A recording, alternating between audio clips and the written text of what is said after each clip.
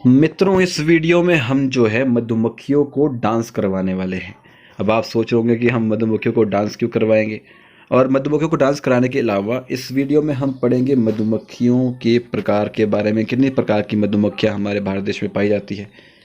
और अब आपके दिमाग में फिर एक क्वेश्चन अराइज हो रहा कि why we are studying about it. तो मैं आपको बताना चाहूँगा कि यूपीएससी CSC 2023 के अंदर आपसे क्वेश्चन पूछा जा चुका है कि निम्नलिखित में से कौन सा जीव अपने सगे संबंधियों को अपने खाद्य स्रोत की दिशा और दूरी अंकित करने के लिए दोलन नृत्य करता है। तो यह दोलन नृत्य क्या है, इसके बारे में पढ़ते हैं। और यह क्वेश्चन क्यों आया था, तो इसके बारे में भी जानकारी लेंगे और स्टडी करेंगे। तो वीडियो शुरू करने से पहले आपसे अनुरोध है, वीडियो अच्छा या बुरा लगे तो लाइक या डिसलाइक करके अपना फीडबैक जरूर दीजिएगा। तो चलिए जी, शुरू करते हैं। वैगल डांस को अगर हम समझना चाहते हैं तो सिंपल सी भाषा में इसको ऐसे समझ सकते हैं हम कि 4-5 या बहुत सारे दोस्तों का ग्रुप है। उसमें से एक दोस्त कहीं घूमने गया हुआ था, कहीं घूमना वॉन्डर कर रहा था। तो घूमते घूमते उसको एक फूड का सोर्स दिख गया। फूड का जब उसको सोर्स दिखा तो उन दोस्तों के अंदर पहले से ही एक चीज़ थी कि हम एक दूसरे से कम्युनिकेट करने के लिए स्पेशल डांस की चीज़ करेंगे, मतलब स्पेशल प्रकार की कुछ चीज़ करेंगे। मान लो वो डांस ही है। वो डांस कैसा है, वो उन्होंने डांस किया तो उससे क्या होगा कि एक मधुमक्खी जिसको फूड दिखा, या कोई भी दोस्त है जिसको फूड दिखा है, तो दूसरे दोस्तों को उसके बारे में पता लग जाएगा। तो सभी दोस्त मिलकर उस खाने के ऊपर टूट पड़ेंगे। तो इस तरीके से ही मधुमक्खियों का जो है डांस है, वैगल डांस है, इसको डिस्कवर जिसने भी किया होगा तो उसके बारे में बताया। लेकिन मधुमक्खियाँ इसमें थोड़ी सी फिजिक्स भी यूज़ करती है और थोड़ा साइंस बहुत ज़्यादा यूज़ करती हैं, जिससे कि और ग्रेविटी, सनलाइट जैसे कि यूज़ करती है। तो इससे कि उनको अच्छा तरीके से वो कम्युनिकेट कर पाती है। और ये डांस ऐसा है कि जो नया नया सीखने वाला होगा तो वो इतना अच्छे से नहीं कर पाएगा, इसको सीखना पड़ता है। तो मधुमक्खियाँ एक दूसरे को सिखाती रहती है और जो अच्छा डांस करता है वो अच्छा फूड ढूंढने में और कम्युनिकेट करने में कामयाब हो जाता है। तो वैसे ही है कि मधुमक्खी को किसी को खाने का सोर्स दिखा। जब उसको खाने का सोर्स दिखा तो सूरज की सी दिशा देख के उस दिशा में ही, फूड की दिशा में अपना वैगल डांस परफॉर्म करना शुरू कर देती है।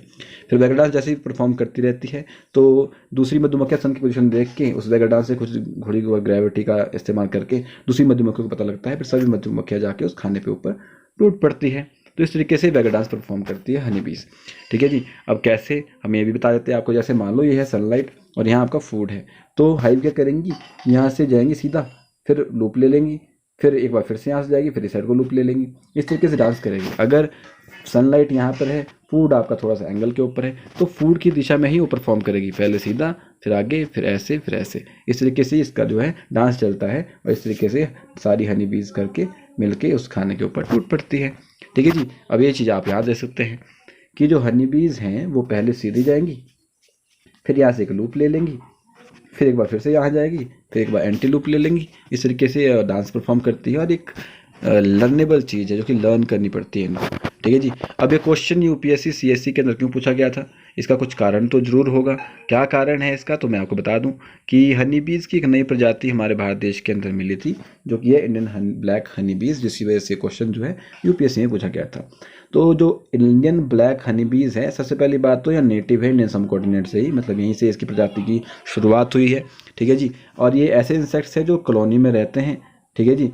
और इनको एक नेक्टर को कलेक्ट करती हैं और पोलन को कलेक्ट करती है। फ्लावरिंग प्लांट्स और पॉलिनेशन ऑफ क्रॉप्स के लिए और वाइल्ड फ्लावर के लिए बहुत अच्छे तरीके से काम करती हैं।